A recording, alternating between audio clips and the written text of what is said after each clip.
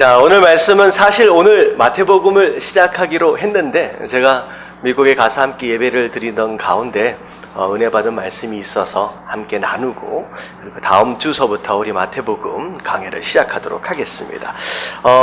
제목을 같이 한번 읽어보도록 할게요. 다 같이 시작. 내 안에 그림을 바꾸면 인생이 행복해집니다. 자, 내 안에 그림을 바꾸면 인생이 행복해집니다. 라는 제목인데요.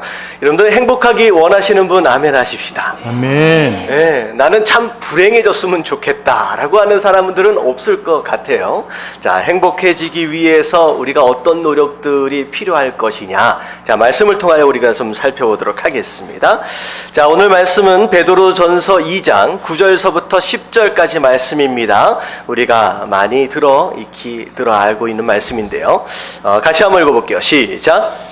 그러나 너희는 택하신 족속이요 왕같은 제사장들이요 거룩한 나라요 그의 소유가 된 백성이니 이는 너희를 어두운 데서 불러내어 그의 기이한 빛에 들어가게 하신 이의 아름다운 덕을 선포하게 하려 하심이라. 너희가 전에는 백성이 아니더니 이제는 하나님의 백성이요 전에는 국류를 얻지 못하였더니 이제는 국류를 얻은 자니라. 아멘. 우리가 이제 사람들과 더불어서 사진을 찍다 보면 특별히 사진 찍는 것을 좀 부끄러워하는 분들이 좀 있잖아요. 난 안 찍는다고 좀 꺼려하시는 그런 분들이 있습니다. 이제 그런 분들을 보면 뭐에 좀 자신이 없는 거예요. 나의 외모에 좀 자신이 없는 거죠. 그래서 요즘 젊은 친구들 같은 경우에 이제 사진을 찍다 보면 어떻게 찍냐면요. 가능하면 얼굴이 좀 작아 보이기 위해서 다른 사람들을 앞에다 두고 뒤에서 이렇게 해서 사진을 찍기도 한다고 합니다. 그러니까 나름대로 자기 외모에 좀 자신이 없다라고 하는 경우에는 이제 사진 찍는 것을 조금 부끄러워하고 좀 싫어하죠. 자, 어떤 경우에는 많은 사람들 앞에서 자신의 이름이 큰 소리로 불려지는 것에 대하여 되게 민망해하는 사람들이 있습니다. 대부분 많이 좀 그런 것 같아요. 그래서 어디서 사람들 많은 곳에서 이제 이름이 딱 불려지는 상황이 되면 마치 등에 벌레가 이렇게 꾸물꾸물 올라오는 것처럼 이게 낯간지러운 그런 느낌이 들잖아요. 한 번은 그런 것을 경험한 적이 있어요. 제가 LA에서 샀는데 저희 집이 이제 12층에 있습니다. 이게 굉장히 높은데 아파트 단지예요. 근데 제가 이제 교회에서 이제 돌아오면서 이제 파킹을 하고 집으로 이제 현관문으로 딱 들어가는데 현관문으로 들어갈 때 저희 집 위에서 밑에가 보여요. 근데 쫙 위에서 무슨 소리가 나냐면 하면서 누군가가 부르는 소리가 나는 거예요. 딱 보니까 제 와이프가 12층 저 위에서 제가 보인다고 저를 한이라고 부르거든요. 한이를 줄여가지고 한. 근데 위에서 손을 막 흔들면서 한하고 부르는데 두 가지 감정이 안에서 돌아가는 거예요. 안에서 한하고 부르니까 너무 반갑기도 하지만 주변에서 사람들이 다 쳐다보니까 어때요? 느낌이 굉장히 민망해지잖아요. 자, 이런 얘기를 제가 드리는 이유는 뭐냐면 이제 사진을 찍는 것도 그렇고 누군가 앞에서 자신의 이름이 불려지는 것도 그렇고 내 자신이 다른 사람들에게 보여지는 상황 가운데서 어떻게 보면 자신감 있고 어떤 담대하고 이렇기보다는 마음 가운데 부끄러움이 있고 민망함이 있다라고 하는 거, 여러분 이게 자연스러워 보이는 것 같지만 이게 굉장히 심각해지고 있다라고 한다면, 심각하다라고 한다면 여러분들이 자세하게 여러분들 스스로에 대해서 내가 내 자신에 대해서 내 자신에 대한 그림을 내 안에 어떤 모양으로 그려가고 있는지 한번 들여다볼 필요가 있다라고 하는 거죠. 여러분 스스로에 대해서 부끄러워하지 마시게 되길 주님의 이름으로 축원합니다. 아멘. 민망해하지 말아야 된다라고 하는 것인데요. 어떤 사람들이 실험을 했대요. 어떤 실험을 했냐면 길거리에 지나가는 여성들을 향하여서 이제 자화상을 그려주는 거예요. 그 사람의 얼굴들을. 그런데 한쪽에서는 그 사람의 얼굴을 그대로 보는 대로 그리고 어느 한쪽에서는 그 사람의 얼굴을 보지 않는 상황 가운데서 자기가 얼굴이 어떻게 생겼는지를 설명을 하라고 한 다음에 한쪽에서 그림을 그리는 거예요. 근데 나중에 그림이 그려진 다음에 딱 나와 보니까 내 자신에 대해서 나는 눈이 어떻게 생겼습니다. 나는 코가 어떻게 생겼습니다. 라고 설명하는 가운데 자기가 자기 자신에 대하여 설명한 것을 듣고 그린 그림보다 실제로 그 사람의 얼굴을 그대로 그린 그림이 훨씬 더 어떻게 나왔을까요? 훨씬 더 아름답게 나왔다는 거예요. 이 얘기는 뭐냐면 내가 나 자신에 대해서 생각하는 것보다 사실은 훨씬 더 어떠하다? 아름답다라고 하는 거죠. 이 얘기를 말씀드리는 이유는 우리가 의식적이지 않든 이식적으로 우리 자신에 대하여 생각할 때 실제로 우리의 모습보다 더 아름답지 못하게 보고 있는 경향들이 있다라고 하는 거예요. 근데 이게 왜 중요하냐? 자, 오늘 제목에서 말씀드린 것처럼 내 안에 나에 대해서 어떤 그림을 그리고 있느냐가 실제로 우리의 인생을 바꿀 수도 있다는 거예요. 그렇다라고 한다면 내가 내 자신에 대하여 어글리하게 못생기게 계속 그림을 그려가고 있다라고 한다면 내 인생이 어떻게 될 것 같아요? 그렇게 되어져 가는 거예요. 하지만 오히려 내 모습 그것보다 더 아름답게 그려갈 수 있다라고 한다면 내 인생이 오히려 더 어떻게 될 수 있다? 더 아름다워질 수 있다라고 하는 것입니다. 오늘 말씀의 주제는 바로 이런 겁니다. 많은 사람들이 어렵다 힘들다 하며 살아가잖아요. 행복하고 싶지만 그다지 행복하지 못한 삶을 오늘도 내일도 살아가고 있다라고 하는 거예요. 과연 우리가 누려야 할 그 행복을 우리가 어떻게 누려야 할 것이냐, 우리가 잃어버린 그 행복들을 우리가 어떻게 되찾아야 하느냐라고 하는 것을 오늘 말씀을 통하여 한번 찾아보도록 하겠습니다.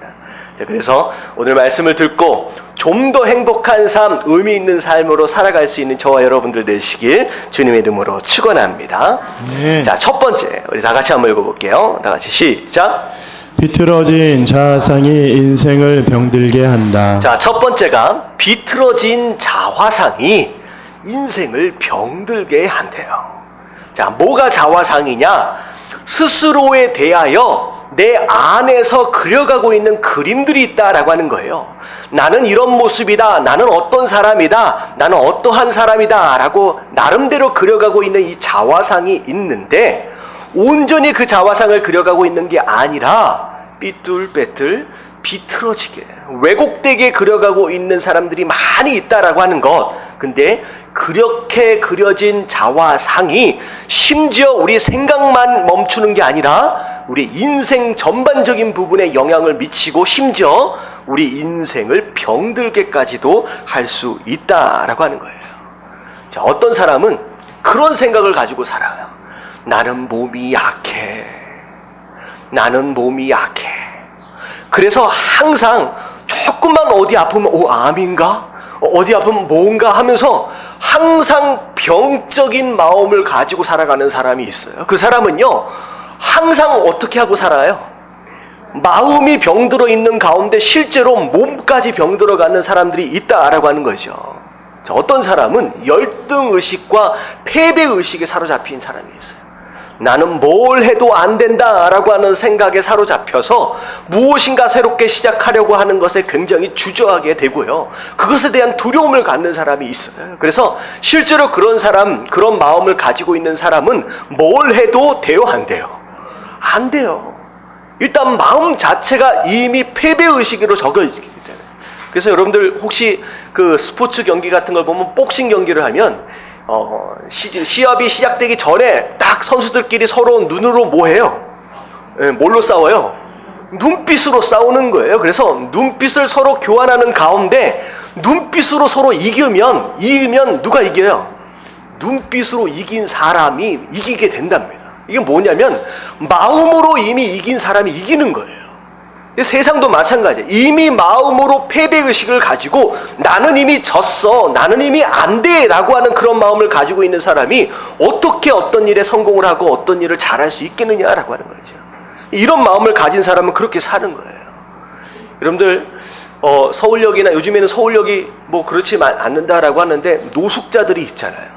이런 노숙자들 가운데 대기업에서 일했던 사람들, 뭐 직원으로 일했던 사람들, 뭐 부장으로 일했던 사람들, 능력 있고 실력 있는 사람들 많이 있습니다. 근데 그 사람이 아직도 재기하지 못하고 계속 길바닥에 앉아서 그 모양으로 살 수밖에 없는 이유가 뭐냐면 이미 뭐가 무너졌기 때문에 마음이 무너져 버렸기 때문에. 마음이 무너졌기 때문에. 그래서 잠언 23장 7절 상반절에 보면 이런 말씀이 있어요. 다 같이 한번 읽어볼게요. 시작. 대저 그 마음의 생각이 어떠하면 그 위인도 그러한즉. 자, 이 표현은 한국말로 읽으면 굉장히 어려운 표현처럼 느껴지는데 이걸 원어로 보면 어떤 의미냐? 대저 어떤 사람이 자기 자신에 대하여 마음을 품은 생각이 있다는 거예요. 아, 나는 이런 사람이다. 나는 저런 사람이다. 라고 생각으로 마음을 품으면 그 사람이 뭐가 된다는 거예요? 그 위인도 그러한즉 생각대로 사람이 그렇게 된다라고 하는 거예요. 다시 말하면 여러분들이 정말로 행복해지길 원하고 이 세상을 의미 있게 살아가길 원한다라고 한다면 뭘 먼저 바꿔라? 여러분들 마음의 생각을 바꿔야 합니다. 이런 마음의 잘못된 생각들, 건전치 못하고 건강하지 못한 생각들이 우리의 마음과 우리의 생각을 사로잡게 되면요, 여러분 그게 인생을 병들게 하고 그게 인생을 무너뜨리게 된다라고 하는 거죠. 실제로 구약의 욥기를 보면 욥은 하나님으로부터 시험을 받기 전에 어떤 생각을 가지고 살았는지를 한번 보세요.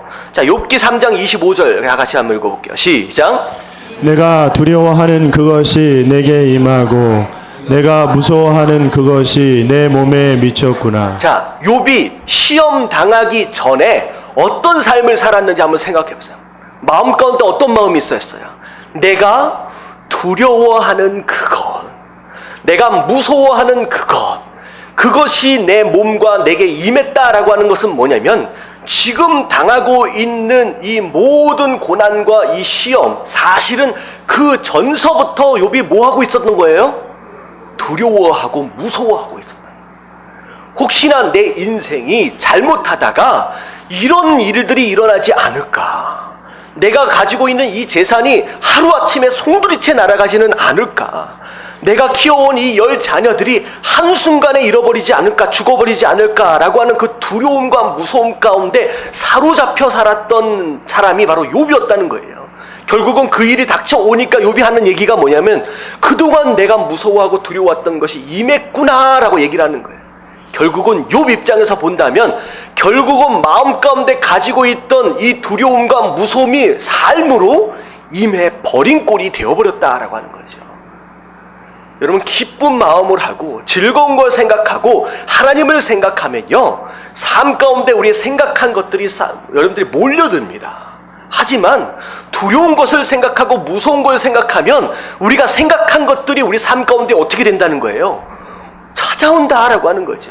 지금 욥은 지금 그것 때문에 마음이 힘들어져 있는 거예요. 그래서 하나님께서는 뭐라고 말씀하시느냐? 자, 잠언 4장 23절 다 같이 시작. 모든 지킬 만한 것 중에 더욱 내 마음을 지키라. 생명의 근원이 이에서 남이니라. 자, 그래서 뭘 지켜라? 마음을 지켜라요. 네 재산을 지키려고 하지 말고 네 자녀를 지키려고 하지 말고 네가 쌓아놓은 그 무엇인가를 지키려고 하지 말고 가장 중요한 건 너의 마음을 지켜라. 왜냐하면 네 마음이 뭐라는 거예요? 생명의 근원이다. 결국은 네가 마음으로 먼저 죽어버리면 뭔 죽는 거라는 거예요. 마음으로 살리고 마음으로 죽일 수 있다라고 하는 바로 그거. 그래서 우리가 정말로 지켜야 할 것은 바로 우리의 마음이에요. 특별히 내 인생에 대하여 생각하는 것. 그리고 하나님께서는 심지어 예수님 뭐라고 말씀하시느냐? 자, 로마서 10장 10절에 말씀하시는 내용이 있어요. 사람이 마음으로 믿어 의에 이르고. 무슨 말이냐? 심지어 너희가 구원을 받는 것마저도 어디에서부터 시작된다? 마음으로부터 시작된다는 거예요. 마음으로부터. 자, 그래서 여러분들 내 인생 힘들다, 어렵다, 괴롭다, 왜 이렇게 행복하지 못할까라고 하는 마음이 들어올 때라고 한다면 여러분들 먼저 뭘 점검해야 되느냐? 과연 내 마음이 온전해져 있느냐라고 하는 걸 먼저 점검할 수 있게 되길 주님의 이름으로 축원합니다. 자, 그래서 마음으로부터 시작돼서 의에 이른대요. 자, 그 다음에 마음으로부터 변화가 일어나요. 그 다음 변화는 뭘로 일어나요? 말씀해 오니까 그 다음에 입으로 변화가 일어나요. 그 다음에 나는 하나님의 백성입니다, 나는 예수 그리스도를 믿습니다 라고 마음이 변화되니까 그 다음에 우리 입이 바뀌는 거예요. 그래, 그 전까지만 해도 항상 불평하고 원망하고 어떻게 보면 낙오자 같은 그런 말들, 내 뭐라 그래요? 내 팔자야 라고 하는 그런 입술의 말들이 결국은 마음이 변화가 되는 것으로 말미암아 입술의 말들이 변화되기 시작한다라고 하는 거죠. 그럼 마음이 먼저 변화되어야 돼요. 그 다음에 입술이 변화되어지고요. 그 다음에 입술이 변화되게 되면 뭐가 바뀌어요? 우리의 행동이 바뀌어요. 행동이 변화되게 되면 뭐가 또 바뀌어요? 우리의 습관이 바뀝니다. 여러분, 습관이 바뀌면 그 다음에 뭐가 변화돼요? 여러분들 인격이 변화돼요. 여러분, 인격이 변화되면 뭐가 바뀌어요? 여러분, 인생이 변화가 됩니다. 이런 변화되어지는 과정이에요. 여러분, 이런 식으로 변화되어진다라고 한다면 가장 먼저 우리가 붙잡아야 할 변화의 뿌리는 무엇이냐? 우리 마음의 생각이다라고 하는 거. 여러분, 이 마음을 빨리 바꾸시게 되길 주님의 이름으로 축원합니다. 그래서 우리의 마음과 우리 입술은 함께 따라가요. 그 다음에 뭐라고까지 얘기를 하시느냐? 자, 입술에 대해서도 말씀을 하십니다. 잠언 6장 2절에 한번 같이 한번 읽어볼게요. 시작.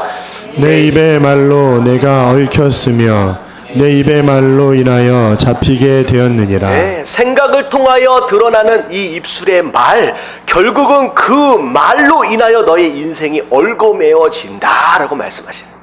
그래서 우리의 입술의 말을 보면 우리의 생각을 알 수 있고요, 우리의 생각을 보면 그 인생을 알 수 있다라고 하는 거. 그래서 첫 번째 중요한 건 뭐냐면, 먼저 내 안에 어떤 마음과 어떤 생각을 가지고 있느냐라고 하는 것을 점검할 줄 알아야, 그래야 행복한 삶을 기대할 수 있다라고 하는 거. 여러분들 깨달아지시길 주님의 이름으로 축원합니다. 아멘. 자, 두 번째는 뭐냐면, 도대체 이 비틀어진 생각과 마음의 뿌리는 무엇이냐, 도대체 어디서부터 생겨났느냐라고 하는 것이죠. 자, 2번 같이 한번 읽어볼게요. 시작. 비틀어진 자아상의 뿌리는 선악과이다. 자, 무슨 얘기냐? 어디서부터 시작된 거예요? 이 비틀어진 마음, 비틀어진 자화상, 에덴 동산에서부터 시작된 겁니다. 하나님께서 아담과 하와에게 명령하셨어요. 너희는 반드시 따먹지 말라. 동산에 있는 모든 나무들은 내가 너희에게 준 것으로 너희가 다 누릴 수 있지만 딱 한 가지 나무는 너희 것이 아니다, 따먹지 말라고 말씀하신 그 나무가 무엇이었느냐? 선악과였습니다. 여러분, 선악과가 뭐겠느냐라고 하는 거죠. 자, 무엇이 선이고 무엇이 악이다 라고 하는 것에 대한 판단은 누구의 권한이에요? 하나님의 권한이에요. 하나님 말씀하시는 거예요. 무엇이 선한지 무엇이 악한지에 대한 판단은 내가 할 것이다. 너희는 내가 판단한 그것에 뭐 하기만 하면 돼요? 순종하면 돼요. 따라가기만 하면 돼요. 근데 아담과 하와가 사단의 유혹으로 인하여 그 선악과를 따먹습니다. 단순히 먹음직스럽고 보암직스럽고 맛있어 보여서 따먹은 게 아니에요. 영적으로 보면 어떤 의미냐? 내가 이제부터 하나님의 판단이 아니라 누가 판단하겠다는 거예요. 선악과네, 내가 판단하겠다. 이게 뭐냐면 내가 이제부터는 하나님이다 라고 하는 거예요. 내가 하나님이다. 결국은 하나님 없이 우리 인생 스스로 살아보려고 하는 시도, 그게 선악과였어요. 하나님을 떠난 것이었다는, 하나님과의 신뢰를 깨어버렸다라고 하는 거죠. 여러분들, 여기서부터 결국은 일그러지고 깨어진 이 자화상이 시작됩니다. 생각해보세요. 딱 따먹고 나니까 야 이제부터 마치 내가 하나님인 것처럼 내가 마음대로 판단하고 내가 마음대로 살 수 있을 것처럼 보였지만 처음 따먹고 나서 그들이 깨달은 것이 무엇이었어요? 뭐였어요? 부끄러움이었어요. 여러분 이건 치명적입니다. 왜냐하면요 여러분들 이 세상 하나님이 만드신 피조물 가운데 가장 아름다운 존재가 누구예요? 여러분 사람입니다.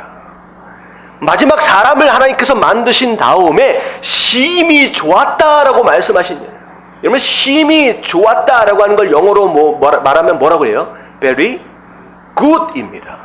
good이라는 게 무슨 뜻이에요? 좋았다라고 해석되어졌지만 사실 이건 뭐냐면 이게 선이다라는 거예요. 하나님은 사람을 만드시고 이게 선이다, 이게 아름다운 것이다, 이건 완벽한 것이다, 이건 좋은 것이다 라고 하나님 평가하셨는데 그 선악과를 딱 따먹는 순간 인간 스스로 그들에 대하여 뭐라고 생각했어요? 나는 부끄럽다. 나는 부끄럽다. 나는 못났다. 나는 창피하다라고가 되어버렸다는 거예요. 여러분 벗은 것 자체가 부끄러운 게 아니에요. 그 스스로를 창피하고 부끄럽게 여겨버렸다는 거예요. 이게 깨어진 자화상의 시작이에요. 여러분들 스스로에 대해서 나는 부끄럽다, 나는 창피하다, 나는 못났다라고 생각한다라고 한다면 그것의 시작이 어디에 있다? 선악과에 있어요. 창세기에서부터 있다는 거예요. 하나님을 떠난 존재, 스스로에 대해서 스스로가 판단하겠다라고 선악과를 따먹어버린 존재가 느낀 처음 감정이 뭐냐면 난 부끄럽다라고. 여러분 바른 자화상이 아니다라고 하는 거. 여러분들 그 다음에 어떻게 됐어요? 창피하니까 나뭇잎으로 가렸어요. 가리면 뭐합니까? 햇빛이 쬐니까 또 말라 비틀어지는 거예요. 또 가리니까 비틀어지는 거예요. 여러분들 어떻게 살아요? 내가 스스로 부끄럽다 여기는 것들을 가리기 위해서 우리 스스로 남들에게 보이지 않기 위한 뭘 쓰고 살아요? 가면들을 쓰고 산다는 거예요. 다른 사람들에게 이것을 보여주지 않기 위해서 어디에 가면 이 가면을 쓰고 어디에 가면 이 가면을 쓰고 가정에 가면 이 가면을 쓰고 교회에 오면 이 가면을 쓰고 수만 가지 가면들을 만들어 놓고 스스로를 가리는 그런 인생을 치열하게 살고 있다라고 하는 거예요. 이게 인생의 우리 모습이다. 자, 그 다음에 어떻게 됐어요? 하나님이 나 찾아가세요. 네가 어디 있느냐라고 말씀하시고 도대체 왜 선악과를 따먹어 버렸느냐라고 말씀하셨을 때 아담과 하와가 하나같이 하던 얘기가 뭐예요? 내가 잘못했습니다가 아니에요. 아담이 뭐라 그래요? 당신이 나를 위하여 준 이 여자가 나를 따먹게 했다. 하와한테 가서 물어보니까 하와는 뭐라 그래요? 뱀이 나를 따먹겠다. 뱀도 사실 누가 만드신 거예요? 사실 하나님 만드신 거예요. 다시 말하면 결국은 아담과 하와 선악과를 따먹어버린 그들이 부끄러움 가운데 행했던 일들이 무엇이냐? 책임 전가였어요. 그 무엇 하나도 내가 잘못했습니다라고 하는 게 아니라 다 제 잘못입니다. 다 제 때문입니다. 내가 부모를 잘못 만나서, 내가 남편을 잘못 만나서, 내가 누군가를 잘못 만나서 내 인생이 이렇게 되어버렸습니다 라고 다 다른 사람 탓을 하는 그런 인생이 되어버렸다라고 하는 거죠. 자, 이게 어디서부터 시작된 거예요? 저기 에덴 동산 그때부터 시작된 거예요. 다시 말하면 우리가 우리 스스로에 대하여 부끄럽게 생각하고 우리 스스로에 대하여 창피하게 생각하는 이런 모습은 건강한 자화상이 아니다. 하나님을 떠난 인생이 갖게 되는 그런 모습이다 라고 하는 거예요. 여러분 잘못된 자화상이다 라고 한다면 여러분들 우리 스스로 얼고매인 가운데 붙들고 있지 마시고 빨리 버리시게 되길 주님의 이름으로 축원합니다. 아멘. 잘못된 거예요. 그래서 하나님 뭐라고 말씀하시냐? 그건 버려라. 네 안에 일그러지고 비틀어진 잘못된 자화상들은 빨리 버려라 라고 말씀하시는 거예요. 자, 그래서 세 번째입니다. 세 번째 하나님께서 뭐라고 말씀하시느냐? 다 같이 함께 읽겠습니다. 시작. 하나님의 눈으로 당신을 바라보라. 자, 네가 가지고 있는 잘못된 자화상을 버려라 라고 말씀하시면서 오늘 말씀으로 이제 돌아갈게요. 자, 10절 말씀을 보면 내가 전에는 전에는 백성이 아니더니 라고 말씀하세요. 이제는 하나님의 백성이요, 전에는 국류를 얻지 못하였더니 이제는 국류를 얻은 자니라. 제가 줄쳐진 내용이 있잖아요. 전에는 이제는 이라고 나와 있어요. 예, 하나님께서 이렇게 말씀하시는 의도가 있습니다. 자, 전에 구원받기 전에는 우리가 하나님의 백성이 아니었어요. 근데 이제는 하나님의 국률하심으로 인하여 뭐가 됐어요? 하나님의 백성이 됐어요. 전에는 국률하심을 얻지 못했어요. 용서받지 못한 죄인이었습니다. 하지만 이제는 용서를 받았다는 거예요. 근데 이 말씀을 하나님께서 하시는 이유가 뭐겠습니까? 이제는 하나님의 백성이고 이제는 용서받은 죄인으로서 국률함을 얻은 자임에도 불구하고 너희들 마음 가운데 너희 자신에 대한 그림이 어디에 머물러 있다는 거예요? 전에 머물러 있다라고 하는 거예요. 안다는 거예요. 전에는 하나님의 백성이 아니었었어. 근데 이제는 하나님의 백성이 됐지 않느냐. 전에는 용서받지 못한 죄인이었지만 이제는 용서를 받은 국률함을 얻은 자이지 않느냐. 이 말씀을 하시는 이유는 뭐냐면 전에 있었던 너희 스스로에 대한 자화상, 잘못된 생각들을 이제는 어떻게 하라는 거예요? 빨리 버리고 하나님의 눈이다라고 하는 것은 내가 지금 너를 보고 있는 이 방식대로 너도 스스로에 대해서 볼 줄 알아라 라고 말씀하시는 거예요. 여러분 깨달아지시길 주님의 이름으로 축원합니다. 여러분들 스스로에 대해서 내가 나를 잘한다라고 생각하죠? 그렇지 않아요. 우리가 우리 눈으로 우리 스스로를 보면요, 우리는 망하는 게 방법밖에 없어요. 하지만 하나님 뭐라고 말씀하시냐? 너희 눈으로 너를 자꾸 보지 말고 내가 너를 보는 그 눈으로 너희가 볼 줄 알아라. 그래야 네가 변화된 삶을 살 수 있다라고 하나님 말씀하시는 거예요. 할렐루야. 아멘. 그래서 하나님 뭐라고 말씀하세요? 고린도후서 5장 17절 다 같이 시작.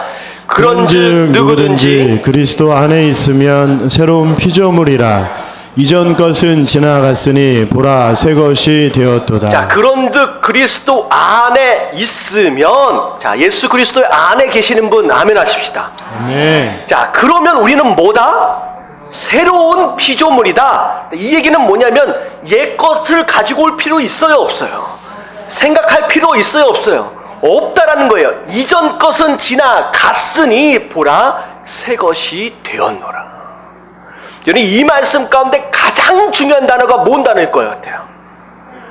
여러분들 고린도후서 5장 17절에 가장 중요한 단어를 여러분들 한 단어만 뽑으라 그러면 어떤 단어를 뽑아야 되는지 아세요? 이거 수요 예배를 같이 드렸었던 분은 딱 알아야지. 여러분 이 고린도후서 5장 17절의 가장 핵심적인 단어는 무슨 단어냐? 보라예요. 기억나세요? 보라예요. 이 말씀을 왜 하시겠어요? 너희가 이미 새로운 피조물이 되었다는 거예요. 이제는 옛것이 아니었는데 그럼에도 불구하고 우리 인생이 우리의 새롭게 된 모습을 보고 있어요? 못 보고 있어요? 보지 못하고 있는 거예요. 보라! 네가 어떻게 구원을 받고 어떻게 변화된 존재인지를 봐라라고 하는 말씀하시는 거예요. 하나님의 눈으로 스스로를 돌아볼 수 있게 되길 주님의 이름으로 축원합니다. 아멘. 이게 하나님의 눈으로 스스로를 보는 게 얼마나 중요한지를 몰라요. 여러분들 가난한 나라들 가운데 복음이 들어간 나라들이 있어요. 여러분 대부분 복음을 접한 나라들은 다 풍성하게 삶이 변화됩니다. 여러분 한국도 마찬가지였어요. 맨 처음에 한국에 초창기에 선교사들이 들어왔을 때 조선 땅에 대하여 편지를 쓸 때 어떤 편지를 썼냐면 칠흑같이 어둡다라고 써요. 본국의 편지를 쓸 때 칠흑까지 어둡습니다. 심지어 나마저도 여기서 생존할 수 있을지 걱정입니다 라고 쓸 정도로 이 한국 땅은요 그야말로 칠흑이었고요. 여러분들 한번 보세요. 과거 우리 한 50년 전 60년만 해도요 우리 잘 먹지 못했습니다. 굉장히 가난했어요. 뭐 제가 젊은 목사가 이런 얘기를 하긴 부끄럽지만 한 나이 드신 분들 한번 생각해 보세요. 여러분 지금 먹을 게 널렸잖아요. 여러분 옛날에 먹던 감자가 그렇게 맛있는 이유가 뭔지 아세요? 그때 감자가 맛있어서가 아니에요. 그때 먹을 게 없어서예요. 못 먹고 살았어요. 근데 우리나라가 어쩌다가 이렇게 잘 살게 되었느냐. 여러분 세계 각지를 한번 돌아보세요. 복음이 들어간 나라들은요 20년 30년 안에 전부 다 바뀝니다. 전부 다 풍성하게 변해요. 이유가 뭐냐면 여러분 복음은 뭐가 복음이에요? 우리가 변화되었다는 거예요. 우리가 구원받았다는 거예요. 우리가 하나님 백성 되었다는 거예요. 뭐가 바뀌니까 삶이 바뀌어요? 마음과 눈이 바뀌니까 삶이 바뀌는 거예요. 여러분들 먼저 마음을 바꾸시고 하나님의 눈으로 여러분들 스스로를 돌아볼 수 있는 저와 여러분들 되시길 주님의 이름으로 축원합니다. 아멘. 저는 그랬던 것 같아요. 제가 사실은 엄청 소극적인 사람이고 사실 지금도 마찬가지예요. 이제 어디 가서 사람들 앞에서 말하려고 그러면 얼굴 먼저 빨개지는 사람입니다. 사실 지금도 마찬가지예요. 제가 초등학교 6학년 때까지만 해도 일어나가지고 발표하는 것 같은 것을 잘 못했어요. 되게 어려워하고 소심해가지고. 근데 제가 어떻게 보면 마음 가운데 그런 그림들이 있었던 거예요. 나는 아무것도 못한다. 나는 못났다라고 하는 잘못된 자화상이 마음 가운데 있었던 것 같아요. 근데 제 이 잘못된 왜곡된 이 자화상이 깨진 시점이 하나가 있는데 언제였냐면 중학교 1학년 때 사회 선생님이 있었는데요. 이제 클래스에서 같이 공부를 하는데 이제 학생들끼리 돌아가면서 앞에 나와서 발표를 할 때가 한 번 있었어요. 근데 제가 생각할 때는 그렇게 그 발표를 대단하게 잘하지는 않았던 것 같은데 발표가 끝나고 나서 그 선생님이 저한테 하신 말씀이 영철이는 너무 가르치는 걸 잘해 라고 하면서 저한테 별명을 하나를 붙여주셨어요. 뭐라고 붙여줬냐면 어울리지는 않는 것 같은데 똘똘이라고 하는 별명을 붙였어요. 제가 그때 어렸을 때 동그란 안경을 좀 큰 걸 쓰고 있었거든요. 그러니까 똘똘이라고 하는 이제 별명을 붙여주셨어요. 그래서 저는 그 똘똘이라고 하는 별명이 지나가시면서 붙여주신 별명인데 그게 제 자화상을 바꿨어요. 제가 가르치는 걸 잘한다고 믿게 됐어요. 그리고 제가 발표하는 걸 잘한다고 믿게 됐고 나는 똘똘하다라고 믿게 됐습니다. 그리고 나서 제 자화상이 바뀌고 나니까 어느덧 제 모습이 어떻게 되어져 가고 있어요. 똘똘해 좀 그렇게 얘기하면 좀 애매하지만 그렇게 되어 가는 거예요. 그럼 마찬가지입니다. 제가 만약에 초등학교 6학년 때까지의 그 잘못된 자화상에 묻혀 살았다라고 한다면 과연 제가 단위에서 이런 말씀을 전할 수 있겠느냐라고 하는 거예요. 이게 바뀌는 게 너무 중요하다라고 하는 거. 여러분 빨리 바꾸시게 되길 주님의 이름으로 축원합니다. 자, 근데 중요한 게 뭐냐면 과연 내 그림, 내 안에 나에 대한 그림을 어떻게 그릴 것이냐. 그냥 마음대로 그냥 난 똘똘하다, 나는 근사하다, 나는 멋있다라고 대충 그릴 것이냐. 그렇지 않아요. 우리의 삶의 기준은 뭐다? 하나님의 말씀이다. 과연 말씀에 하나님께서는 우리에 대해서 어떻게 바라보고 계시는지를 오늘 말씀이 나와 있어요. 자, 보세요. 자, 9절 한번 읽어봅니다. 자, 시작. 그러나 너희는 택하신 족속이요 왕같은 제사장들이요 거룩한 나라요 그의 소유가 된 백성이니 이는 너희를 어두운 데서 불러내어 그의 기이한 빛에 들어가게 하신 이의 아름다운 덕을 선포하게 하려 하심이라. 자, 하나님께서는 우리 인생에 대하여 4가지로 보고 계십니다. 자, 이것을 그대로 우리가 볼 수 있어야 돼요. 자, 우리는 첫 번째 뭐다? 택하신 족속입니다. 여러분, 택하신 족속이다 라고 하는 것은 자, 무슨 뜻이냐? 우리가 하나님의 족속 되어진 것이 우리의 실력과 능력으로 된 것이 아니라 누구의 선택이었다? 하나님의 선택이었습니다. 이건 뭐냐면 우리가 잘나서 된 게 아니다는 거예요. 하나님 앞에서 우리가 하나님 백성 된 것에 대하여 자랑할 수 있다 없다? 없다라고 하는 것입니다. 이 얘기는 뭐냐면 택하신 족속이다라고 하는 것은 우리가 스스로에 대하여 하나님으로부터 은혜를 입은 자다라고 자라고 하는 것에 대한 마음이 있어야 된다는 거예요. 은혜를 입은 자예요. 여러분, 은혜가 무슨 뜻이에요? 자격이 없는 사람이 받은 선물이에요. 우리가 크리스찬이 될 수 있다, 우리가 하나님의 백성이 될 수 있다라고 하는 자격 자체가 우리에게 안에는 없습니다.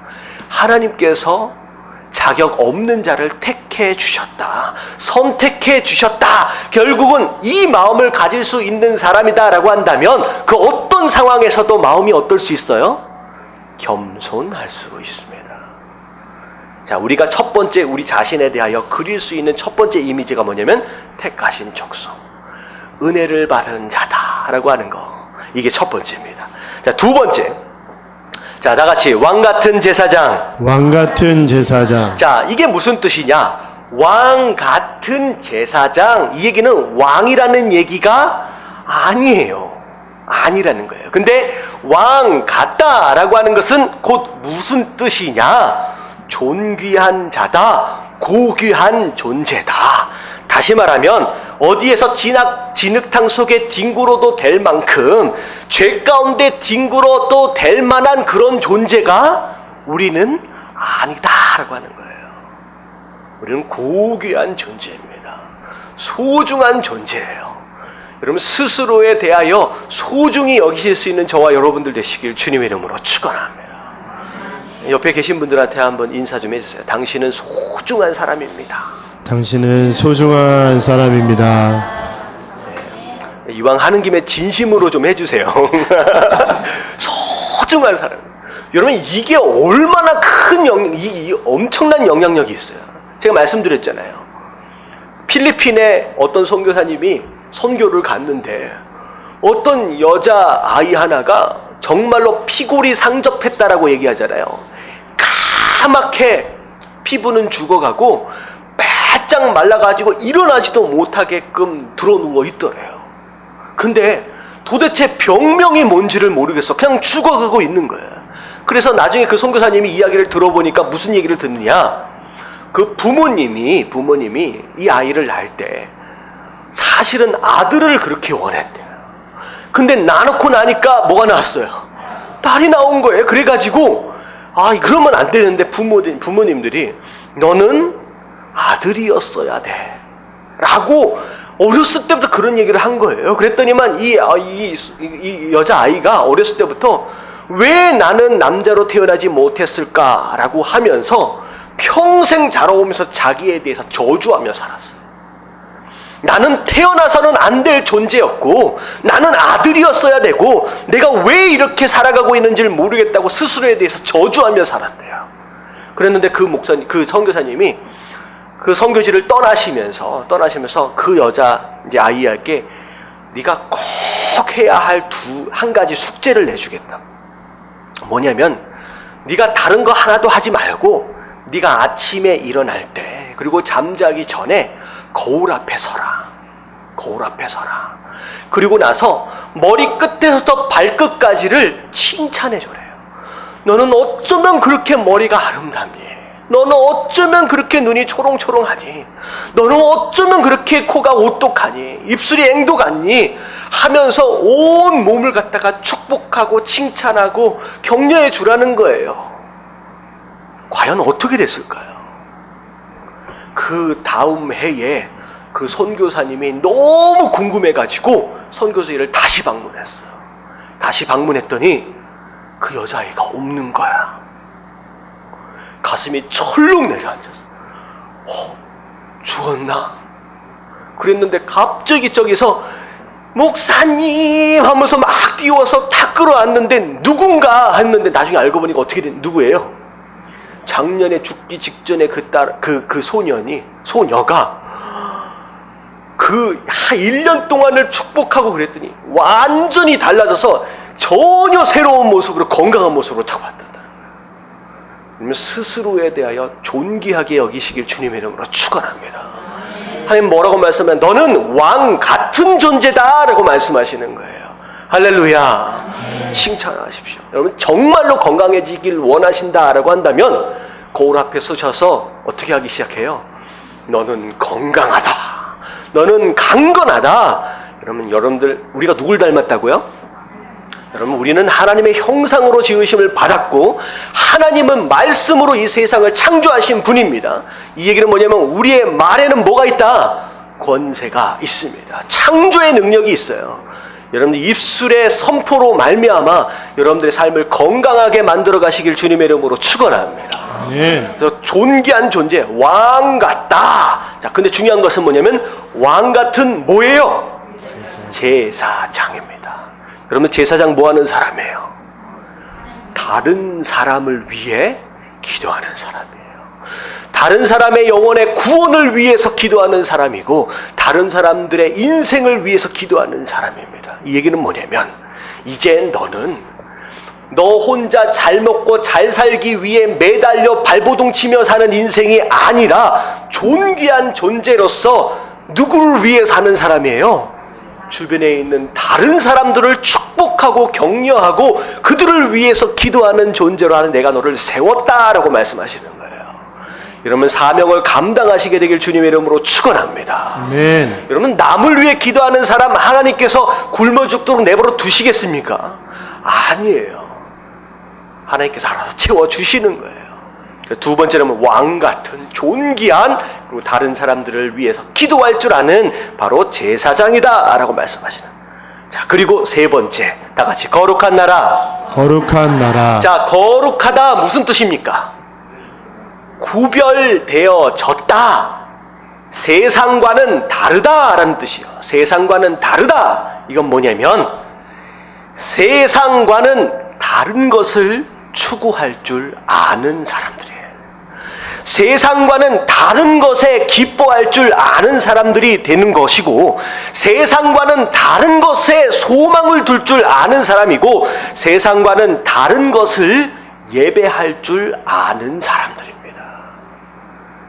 우리가 세상 사람들처럼 똑같은 것에 웃고 똑같은 것에 즐거워하고 있다라고 한다면 구별된 것이 아니죠. 하나님 말씀하시는 건 뭐냐면 네가 기뻐야 할 것이 따로 있다라고 말씀하시고 네가 소망을 둬야 할 것이 따로 있다라고 하나님 말씀하시는 거예요. 우리가 바른 것에 소망을 두고 기뻐할 수 있는 저와 여러분들 되시길 주님의 이름으로 축원합니다. 그래서 소재에 절대 하나님께서 넣지 말라고 말씀하신 게 뭐냐면 꿀을 넣지 말라고 말씀.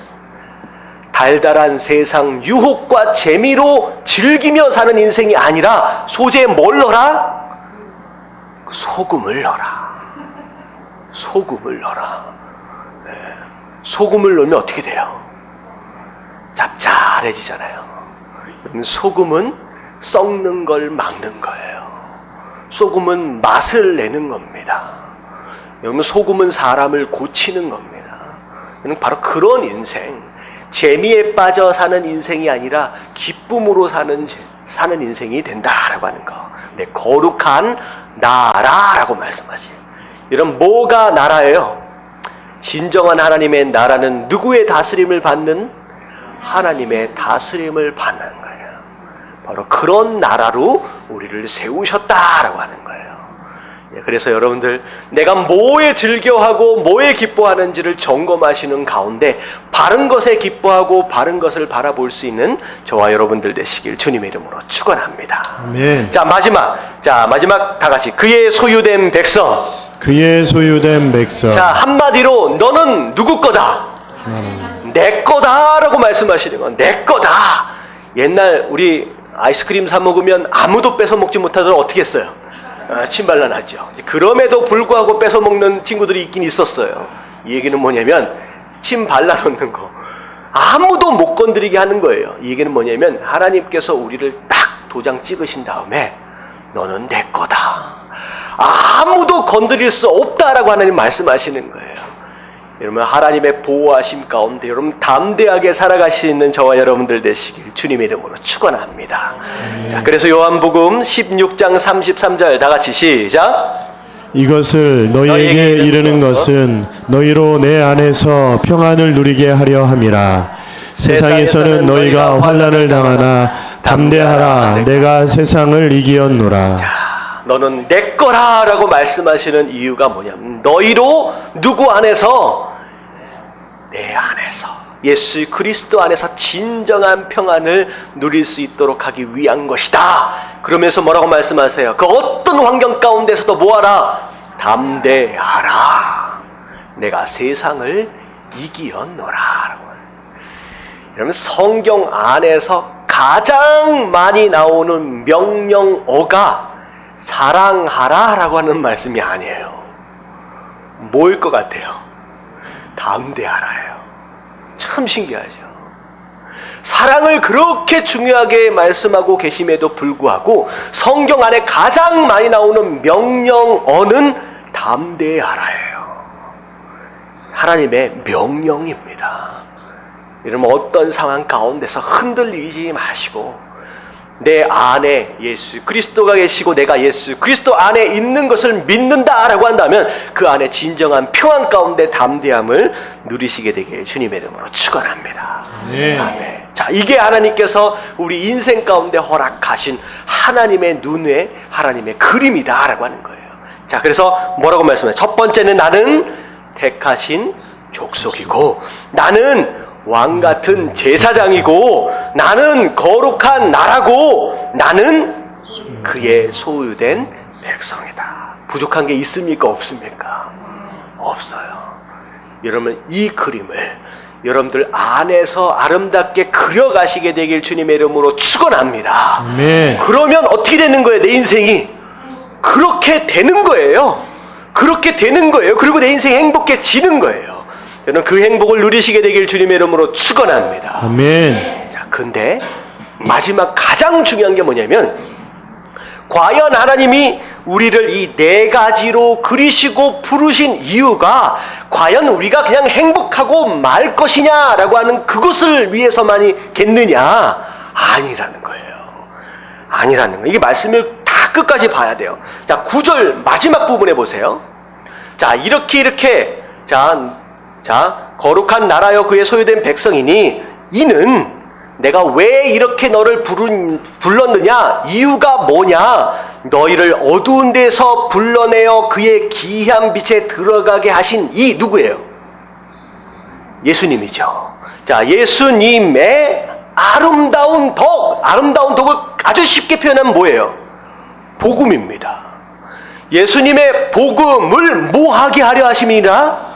선포하게 하려 하십니다. 이게 가장 중요해요. 결국은 우리가 하나님께서 그려놓으신 이 네 가지 모양대로 그림대로 아름답게 살고 행복하게 살면 그 삶 자체가 뭐가 된다? 복음을 선포하는 것, 전도가 된다는 거예요. 세상 사람들 우리의 삶을 보고 있는 거예요. 야, 너는 왜 이렇게 행복해하며 사냐? 너는 도대체 즐거운 일이 뭐가 있어서 항상 그렇게 웃음이 가시질 않느냐? 기뻐하며 사느냐? 웃으며 사느냐? 행복하느냐? 그것 자체가 뭐가 된다? 전도가 된다라고 하는 거예요. 여러분, 이런 얘기 들어보신 적이 있으셔야 합니다. 할렐루야. 아멘. 평생 살면서 너는 왜 이렇게 우거지 죽상이냐 이런 얘기만 듣고 살면 안 되죠. 너는 왜 이렇게 기쁘고 행복하냐라고 하는 얘기를 들으시게 되길 주님의 이름으로 축원합니다. 아멘. 결국은 우리의 삶을 통하여 이런 행복한 삶을 통하여 복음이 증거되어진다라고 하는 단 한마디의 말보다 우리의 행복한 삶이 더 파워풀한 거예요. 그렇게 사실 수 있는 저와 여러분들 되시길 주님의 이름으로 축원합니다.